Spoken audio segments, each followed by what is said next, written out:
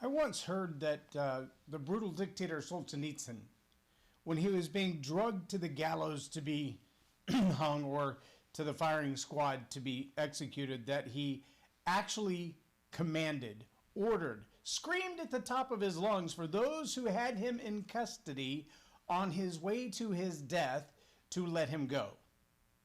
He demanded, as a dictator, that they comply with his orders. Now, it seems to me a bit ironic that that would be the case, that he would try to get people to do what he told them to do when he already knows he's on his way to his death, when he already knows he's lost, when he already knows he's lost control and power, and really there's nothing he can do about it. He can't even make them comply.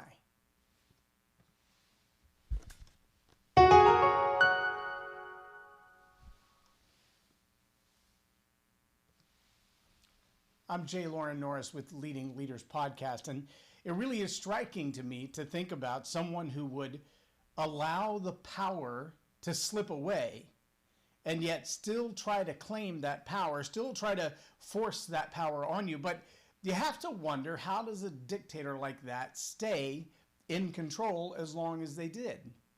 They're not the only one. I mean, Saddam Hussein had a very similar ending, very close to the end of his reign, of his regime, of his presidency, if you want to call it that. I think it was 45 years that he ruled, with mock elections every year. And every year the people voted, but every year, ironically, the same person won. It's been that way in many tyrannical nations around the world. And you have to ask, what is the prevailing attitude in nations like that, or even in our grand old USA right now? And I think the prevailing attitude is one of fear. And I say an attitude of fear because, as you've heard me say on this Leading Leaders podcast hundreds of times, if not thousands, an attitude is a thought plus an emotion. What you think about how you feel, and how you feel about what you think. And if what you're being told to think, if what you're being told over and over again so that it begins to ingrain itself in your subconscious thinking, is you're going to die and you need the government to survive, and you're going to die, and if you don't do what the government says, it's going to be even worse, and you're going to die, or the world's going to fall apart, or the economy is going to come to an end, or your kids are not going to be able to go to school, and the list goes on and on and on and on. If you don't do these things, then these horrible things are going to happen. The world is going to come to an end. The coastlines are going to eat up Missouri if we don't do this, like right now. And that constant barrage of ideologies, regardless of what side you're on, that constant barrage of ideologies causes the thought process in the human brain to be in fear. And the emotions that go along with that, the actual emotion of fear, creates an attitude of fear. And so people around the world today live in fear of a disease, or they live in fear of a war, or they live in fear of a tyrannical government, or they live in fear of unemployment, or they live in fear of, you name it. You follow me? The question now is, what do we as leaders do about it? Well, I'm a firm believer that if leadership is influence, and that's all it is, I believe that we have the responsibility to lead people out of fear. And some of the ways we do that is by changing the story. See, the story is what informs your attitude. The story, the narrative, is what tells you what to think. Sometimes the story reveals your attitude. You tell a story and people are like, whoa, I didn't know you thought like that, or whoa, I didn't know you felt like that about what you think. But the minute you tell your story, it becomes very clear and obvious what you think and how you feel about it. And when you start putting all those things together, your attitude becomes very obvious. Remember this, though. The only thing more contagious than a pandemic is an attitude. Let me say that again. The only thing more contagious than a pandemic is an attitude. If you've got a good one or you've got a bad one, the only thing more contagious than a pandemic is an attitude. You don't believe me? Try it. Walk into a place where everybody seems to be happy-go-lucky and bring a negative attitude and watch how fast things change. Now, it does seem to be that all things roll downhill. That's a truth of gravity.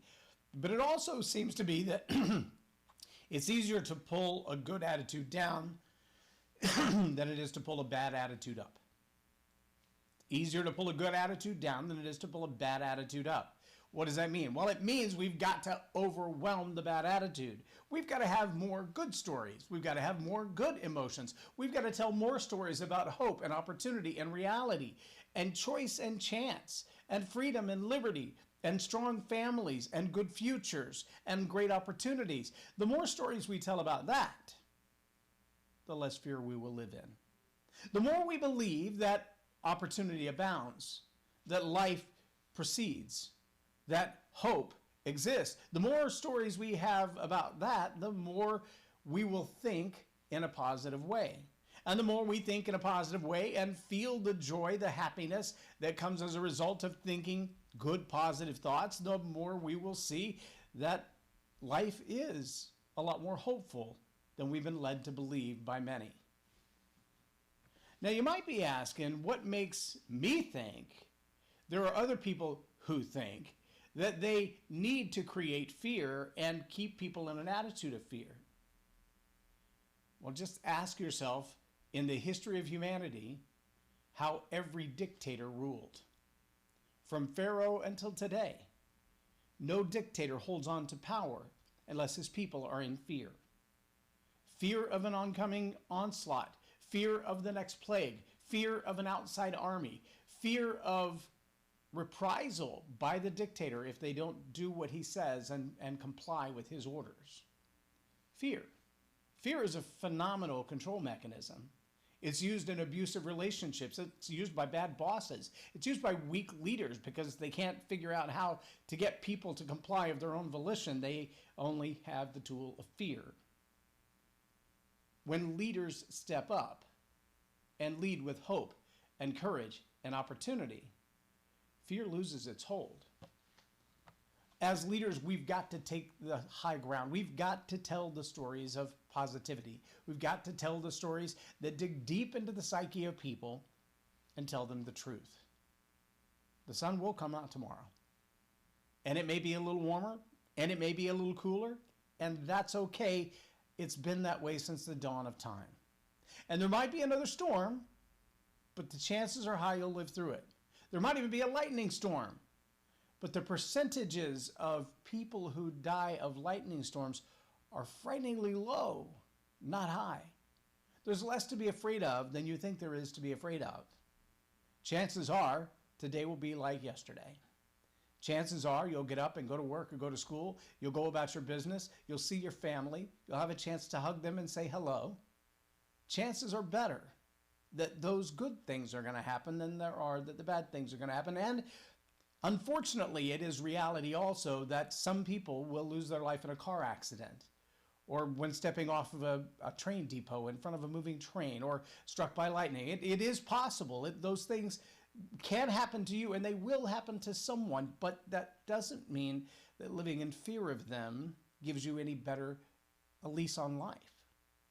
No, I think understanding that those things are inevitable, we all will die at some point, and yet you don't have to live in fear of dying every single day from every single notion.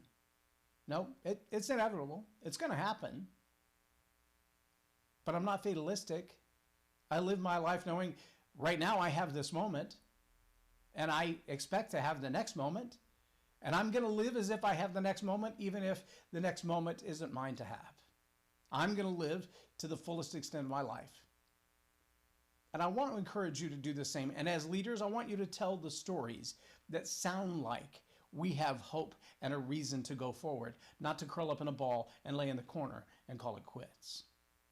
Fear is a prevailing attitude, not only in the USA, but around the world right now. There are people in fear of political uprisal. There are people in fear of dictators. There are people in fear of religious persecution. There are people in fear of the pandemics.